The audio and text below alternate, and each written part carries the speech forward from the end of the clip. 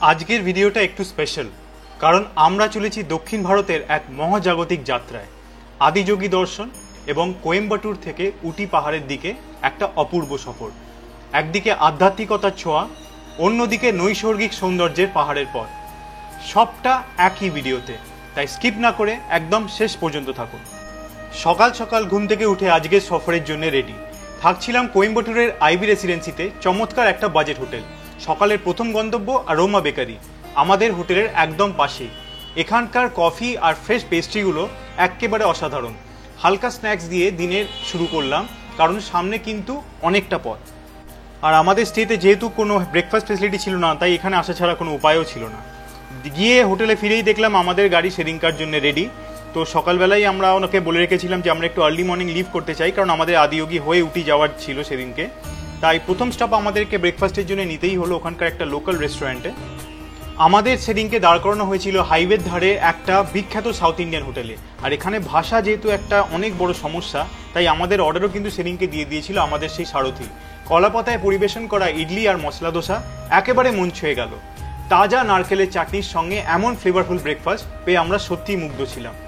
এই হোটেলটা সত্যি একটা মাস্ট স্টপ যদি আপনি আদিয়োগী দর্শনে আসেন। অপূর্ব সুন্দর খাবার ছিল। আর আরেকটা জিনিস বলে রাখি, এখানে কিন্তু মেনলি ইংলিশ ছাড়া কিন্তু আর কোনো ল্যাঙ্গুয়েজই অ্যাজ সাচ কাজ করে না, কারণ এখানকার মানুষরা হিন্দিটা একদমই বোঝে না। তাই তার জন্য কিন্তু আপনি যার সঙ্গে ট্রাভেল করছেন, স্পেশালি আপনাদের ড্রাইভার্স এখানে খুবই গুরুত্বপূর্ণ। অর্ডার দেওয়া থেকে শুরু করে যদি কোনো ইনস্ট্রাকশন দিতে হয়, সব কিছুর জন্যই কিন্তু আমাদেরকে লোকাল মানুষের ওপর এখানে এসে অনেকটাই ডিপেন্ড করতে হচ্ছিল। সেদিন ছিল এপ্রিলের 28 তারিখ, সবে বাজে দুপুর বোধহয় প্রায় 12টার কাছাকাছি। কিন্তু টেম্পারেচার সেদিনকে বাইরে দেখছিলাম যদিও 37-38 দেখাচ্ছিল, কিন্তু বাইরে বেরোলে কিন্তু মনে হচ্ছিল অ্যাজ ইফ প্রায় 40 ডিগ্রি প্লাস। কিন্তু ওখানে একটা কথা বলতেই হবে যে আদিয়োগী যাওয়ার পথে রাস্তাটা কিন্তু অপরূপ সুন্দর। একদম গ্রামের ভিতর দিয়ে একটা সুন্দর ফরেস্টের পরিবেশের মধ্যে দিয়ে আপনার গাড়ি যাবে। আর সেখানে কিন্তু আপনার অনেকটাই স্বস্তি লাগবে মেন সিটি কোয়েম্বাটুরের থেকে। সিনিক সাইট আর দেখতে দেখতেই আমরা পৌঁছে গেলাম আমাদের আদিয়োগীর মেন গেটে। আমরা এখন চলে এসেছি আদিয়োগীর প্রধান গেটের সামনে।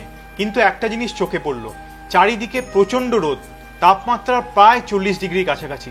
দুঃখজনকভাবে এখানে ছায়ার ব্যবস্থা বা বড় গাছের উপস্থিতি একেবারেই কম, যার জন্যে গরমটা আরও বেশি অনুভব হচ্ছিল।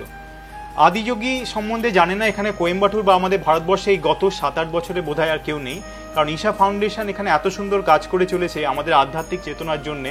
আদিযোগী এখন পুরো বিশ্বে একটা বিখ্যাত স্পট। তো এখানে ঢোকার পরেই আপনারা দেখতে পারবেন সুন্দরভাবে মার্কিং করা আছে যে এখানে এসে আপনারা কোন কোন জায়গাগুলো আছে প্লেসেস টু ভিজিট। এখানে ধ্যানালিঙ্গা থেকে শুরু করে সূর্যাকুণ্ড, প্রত্যেকটা জায়গারই ডিমার্কেশন খুব সুন্দরভাবে করা আছে উইথ টাইমিংস। তো সেটার আপনার কোনো অসুবিধা হবে না। এছাড়াও সোভেনিয়ার শপস আছে, আপনারা যদি ঈশা ফাউন্ডেশনের কোনো হোম গ্রোন প্রোডাক্টস নিতে চান সেটাও নিতে পারেন। কিন্তু এইখানে কিন্তু হাঁটাটা একটা বেশ কষ্টজনক ব্যাপার আমি বলবো গরমকালে, তাই এখানে অবশ্যই আপনারা কিন্তু এসে একটা ছাতা নিতে ভুলবেন না। তো এইখানের প্রত্যেকটা জায়গা আলাদাভাবে দেখাচ্ছে, যেমন বনশ্রী দেখতে পাচ্ছেন, ডিভাইন ফরেস্ট, পতঞ্জলির জন্য একটা আলাদা সুন্দর মূর্তি করা আছে। এছাড়াও ধ্যানালিঙ্গা ডোম, এখানে গিয়েই আপনি ধ্যানালিঙ্গা দেখতে পারবেন। আর এখানে সন্ধ্যেবেলাতে একটা খুব বিখ্যাত লাইট অ্যান্ড সাউন্ড শো আছেই। এই 112 ফুট উচ্চতার শিব মূর্তিটি ঈশা ফাউন্ডেশনের অংশ, যেখানে যোগ, ধ্যান এবং আত্ম উন্নয়নের পথ দেখানো হয়। শিব এখানে প্রথম যোগী অর্থাৎ আদিয়োগী হিসেবে পূজিত হন। এখানে দাঁড়িয়ে থেকে এক ধরনের শক্তি আর শান্তির অনুভব হয়, যেন আপনি নিজেকেই খুঁজে পাচ্ছেন। এই আদিয়োগী স্ট্রাকচারটার ঠিক ব্যাক সাইডেই আপনি সোজা গেলে পেয়ে যাবেন ধ্যানালিঙ্গা ডোম, যেখানে কিন্তু ধ্যানালিঙ্গা স্থাপিত আছে। কিন্তু আদিয়োগীর সামনেও আপনি একটা সুন্দর জায়গা পাবেন, যেখানে বসে আপনারা চাইলে সাধনা এবং পুজোও দিতে পারেন আদিয়োগীর সামনে বসে। তো এখানে দূর দূরান্ত থেকে অনেক ভক্তরা এসছেন, আমরা দেখলাম সারা দেশ দেশান্তর, এমনকি বিদেশ থেকেও অনেক ভক্তরা এসছেন, যারা এখানে বসে কিন্তু যখন ধ্যান অর্চনাটা হচ্ছে তারা কিন্তু এর অংশ হচ্ছিলেন। খুব সুন্দর লাগবে এখানকার পরিবেশটা আপনারা যদি ভেতরে বসে কিছুটা সময় কাটান। আর এখানে ভেতরে যাওয়ার জন্য পুজো সামগ্রীও কিছু অ্যাভেলেবেল আছে, যেটা আপনারা চাইলে এখানে নিয়ে এসে অর্পণ করতে পারেন। আদিয়োগী দর্শন করেই আমরা রওনা দিলাম উটির পথে। কোয়েম্বাটুর থেকে উটি যাওয়ার এই রাস্তা যেন একটা চলন্ত পোস্টকার্ড। ঘন সবুজ বন, পাহাড়ি নদী আর অসাধারণ কার্ভ রোড, ক্যামেরা রাখতেই মন চায় না। যত আমরা পাহাড়ের দিকে উঠছি তাপমাত্রা ধীরে ধীরে কমছিল। কোয়েম্বাটুরের সেই 40 ডিগ্রির দাবদাহ যেন পেছনে ফেলে এলাম। শেষমেশ পৌঁছলাম আমাদের হোমস্টে, লাভলুমস হোমস্টে, ফান সিটি অঞ্চলে, যেটা আপনাদের দেখাবো একটু পরে। একান্ত শান্ত পাহাড়ের কোলে ঘেরা একটা ছোট্ট সুন্দর আশ্রয় ছিল। কিন্তু সব থেকেও সুন্দর আমি বলবো সেটা হলো উটি যাওয়ারই পথ। তো এখন আমরা আস্তে আস্তে চলে এসেছি প্রায় উটি টাউনের কাছাকাছি। যত আমরা ফান সিটির কাছে যেখানে আমাদের হোমস্টে লাভলুমস আছে সেখানে যাচ্ছিলাম, সেটা কিন্তু আরও সুন্দর লাগছিল।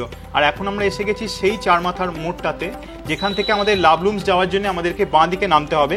যদিও রাস্তাটা কিছুটা হলেও আমি বলবো অফ ট্রেক, রাস্তাটা খুব একটা ভালো না, কিন্তু হোমস্টেটা কিন্তু একদম অপরূপ সুন্দর। তো ঢুকেই আপনি পেয়ে যাবেন রিসেপশনে। ওখানে গিয়ে আপনাদের আইডি প্রুফ জমা রেখেই ওরা সঙ্গে সঙ্গে আমাদের চেক ইন করতে দিয়ে দিল। তখন বেজে গেছিলো প্রায় দুপুর 2:30 হবে।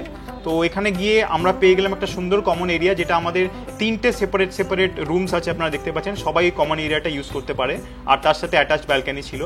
আর রুমটা ছিল অসম্ভব সুন্দর এবং বড়, সাজানো গোছানো, দুজনের জন্য অ্যাডিকুয়েট আমি বলবো। যদি আপনারা এখানে এসে লং স্টেও করতে চান, তার জন্য কিন্তু খুব অ্যাপ্লিকেবল জায়গা এটা, কারণ ওয়াইফাই কানেকশন এখানে বেশ স্ট্রং, আর সাথে তো সুন্দর সিনারি দেখতেই পাচ্ছেন। আর বিএসএনএল কানেকশন যদি বলি, মোটামুটি এখানে ঠিকঠাকই ছিল।